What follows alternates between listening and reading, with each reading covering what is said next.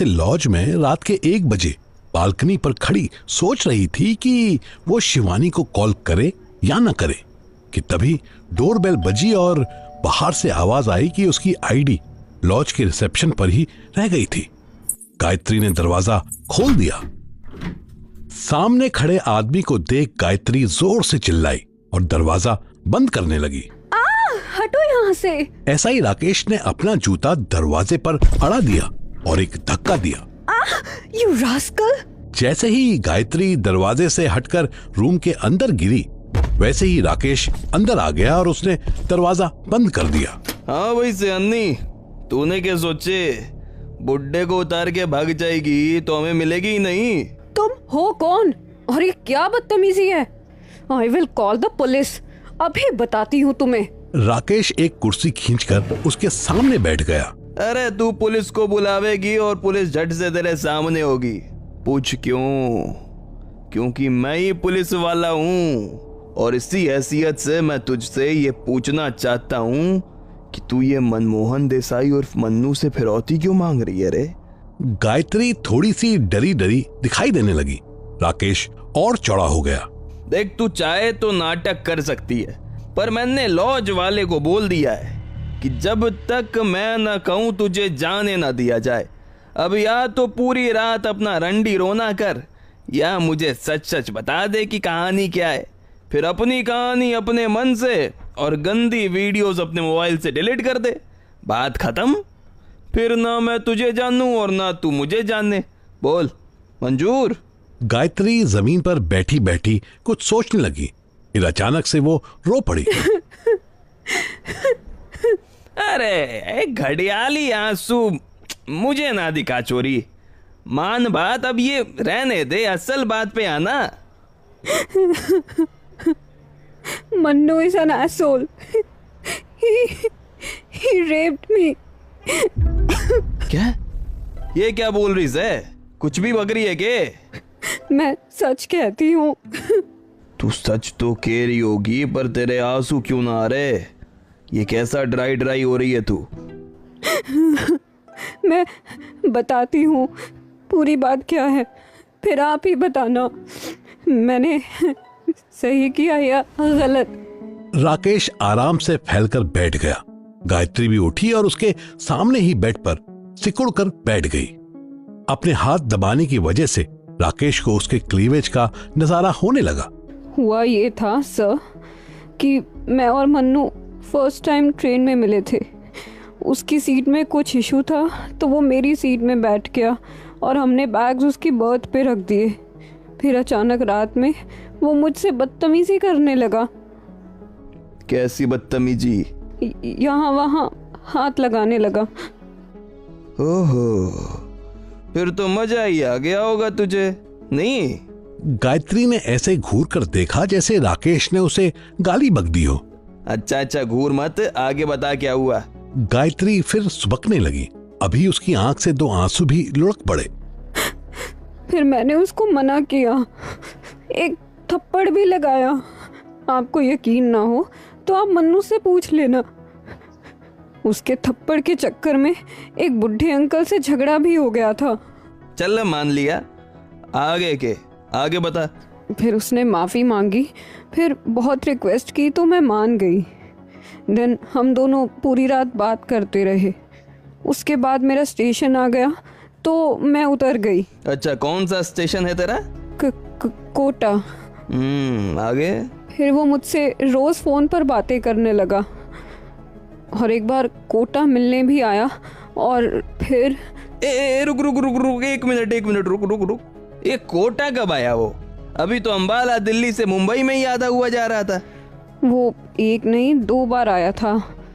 दूसरी बार में गायत्री की बात पूरी होने से पहले ही राकेश को डाउट होने लगा। अरे मैडम जी, कब आया था ये तो बताओ। कोई तारीख नहीं तो कोई अंदाजा ही बता दो। गायत्री सोचने का नाटक करने लगी। शायद 12 से 13 दिन हो गए हैं।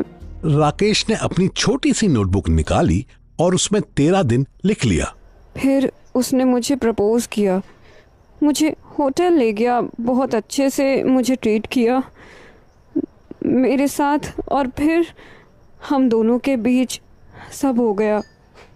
सब मतलब सेक्स सुक्स भी कर लिया दिखे? गायत्री ने बस हाँ में सर हिलाया और आगे बोली। फिर जब वो दूसरी बार मिलकर गया तो बिल्कुल बदल गया।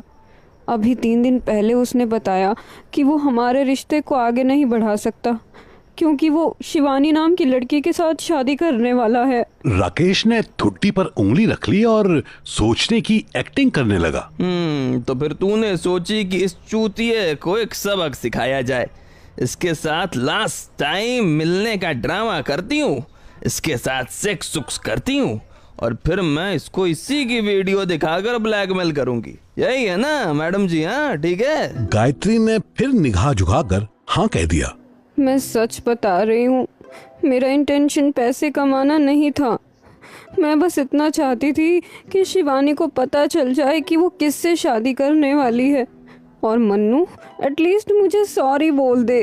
ओहो, सॉरी बोल देगा तो तू ये सब डिलीट कर देगी? ऑफ कोर्स सर, मैं भी अच्छे घर की लड़की हूँ।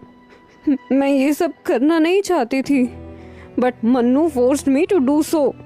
इन मर्दों को लगता है कि ये जो चाहे, जिसके साथ चाहे और जब चाहे कर सकते हैं, तो ये गलत है। आखिरी लाइन गायत्री ने इतनी नफरत से बोली कि राकेश भी सोचने पर मजबूर हो गया। 2 मिनट तक दोनों के बीच कोई बात नहीं हुई। देख लड़की, मन्नू है मेरा दोस्त और वो हरामी तो है, ये मैं भी जानूं, पर छोरी एक बात समझ, ऐसे किसी से फिरौती मांगना ना अच्छी बात ना होती। इस पे सीधे केस लगता है और जमानत को तरस जाते हैं लोग, समझी? आपको जो करना है आप कर लेना, लेकिन मैं तो इसे सबक सिखा कर ही मानूंगी। ना ना ना, रो नहीं लड़की, बात समझ। तू जो चाहती है वो ऐसा भी हो सकता है कि मैं खुद शिवानी को बता दूंगा और मन्नू को समझाऊंगा कि ये छिछोरा गर्दी ना छोड़ दे, बहन के देने। लेकिन तू बात मान, फोटोज डिलीट कर दे, वीडियो हटा दे और अपने घर जा कोट्टा। इन सब में कुछ नहीं रखा, समझी? ठीक है, आप कहते हैं तो मैं आपकी बात पर भरोसा कर लेती हूँ, बट मैं सच में बहुत डिसअपॉइंटेड हूँ। एक तो वो साला बेड पे बहुत आलसी है। राकेश की आंखें बड़ी हो गई। आलसी है मतलब क्या? उससे खुद कुछ खास नहीं होता, मुझे ही कहता रहा ऐसे घूमो, यहाँ हटो, मेरे ऊपर आओ, मेरे नीचे आओ, मेरा। बस बस बस सुन, इन सब बातों का क्या लेना देना? गायत्री ने अपनी आंखें राकेश की आंखों से लॉक कर दी। लेना देना है ना, मर्द कम से कम ऐसा तो होना चाहिए जो थका दे औरत को, उसे हाथ जोड़ने पर मजबूर कर दे। लेकिन नहीं, मन्नू तो इतनी जगह मुंह मारता है कि उसके पास तो 10 मिनट तक भी टिकने की ताकत नहीं होती। कैसी कैसी कैसी बातें कर रही है तू? तुझे कितने मिनट टिकना पसंद है वैसे? गायत्री राकेश के मुंह के बिल्कुल पास आई और फुसफुसा के बोली, मुझे जाट छोरे पसंद हैं, वो जो तगड़े से हों, जो तब तक करें जब तक मैं थक कर चूर ना हो जाऊं। राकेश का गला सूखने लगा, वो परेशान होने लगा। एक तरफ उसे गायत्री की कहानी पर डाउट हो रहा था और दूसरी तरफ उसका ब्लड सर्कुलेशन यहाँ से वहाँ ट्रेवल कर रहा था। उसकी हार्ट बीट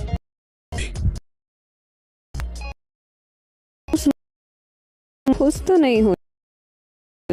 राकेश मन्नू का दोस्त जरूर था, पर उसकी गुड लुकिंग पर्सनैलिटी से अंदर ही अंदर चिढ़ता भी था।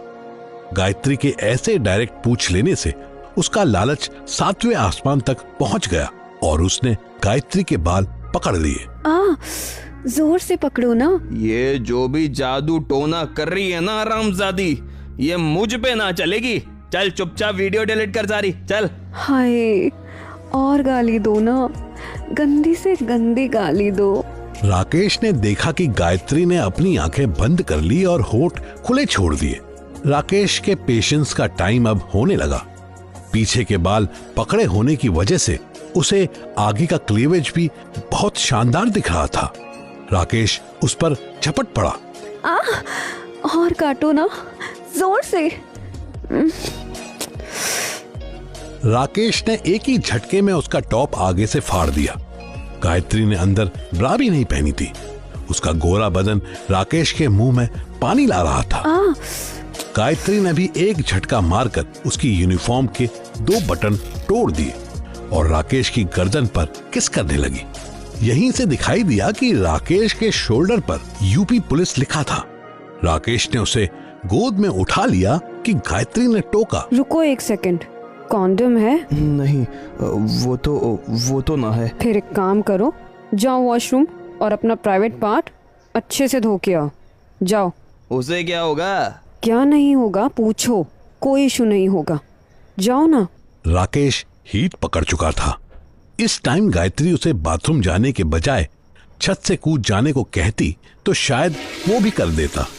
जब तक राकेश बाहर आता, गायत्री ने खुद को पूरी तरह अनड्रेस कर लिया और चद्दर ओढ़कर उसके अंदर छिप गई।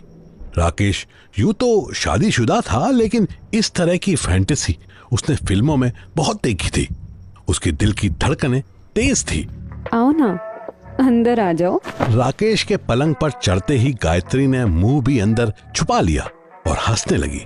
2 मिनट की मस्ती के बाद गायत्री ने अपना सर बेड के नीचे लटका लिया और राकेश को अपने ऊपर चढ़ा लिया। हार्ड वर्क करना पड़ेगा डार्लिंग। अगले 30 मिनट तक दोनों एक दूसरे को डोमिनेट करते रहे। राकेश की वर्दी का इतना बुरा हाल हुआ था कि कोई पहली नजर में देखता तो कहता कि राकेश पिटकर आया होगा, पर राकेश को इन सब की परवाह नहीं थी। वो पूरी तरह थकने के बाद बेड पर ऐसे सोया जैसे बेहोश हो गया हो। जब वो गहरी नींद सो गया तब गायत्री की आंख खुली। बेडसाइड टेबल पर उसका पर्स रखा था। वो चुपचाप उठी और पर्स को घुमाकर रख दिया। रात के 3 बज रहे थे और मन्नू इतने भूख की वजह से सो नहीं पा रहा था। वो छोटा सा ओपीडी जैसा रूम अब खाली हो चुका था। उसने उठने की कोशिश की, पर राइट लेग में इतनी चोट लगी थी कि बेड से उतरना मुश्किल हो रहा था। उसने मीरा और घनश्याम को 4 मैसेज भेजे हुए थे, पर दोनों में से किसी ने सीन भी नहीं किया था। मन्नू ने गहरी सांस ली। क्या जगह है यार, भगवान की पूजा इतने लोग कर रहे हैं, पर भगवान के नाम पर पानी पूछने वाला एक भी नहीं। मन्नू को साइड में एक लकड़ी पड़ी दिखी। उसने उसी का सहारा लिया और उठकर रूम से बाहर जाने लगा। मन्नू 2 कदम बाहर निकला तो उसे राइट साइड में एक रूम में मीरा जाती दिखाई दी। मन्नू उसी रूम में जाने लगा। मन्नू ने बेफिक्र होकर दरवाजा खोला ही था कि उसने देखा मीरा अपना ब्लाउज खोल रही थी।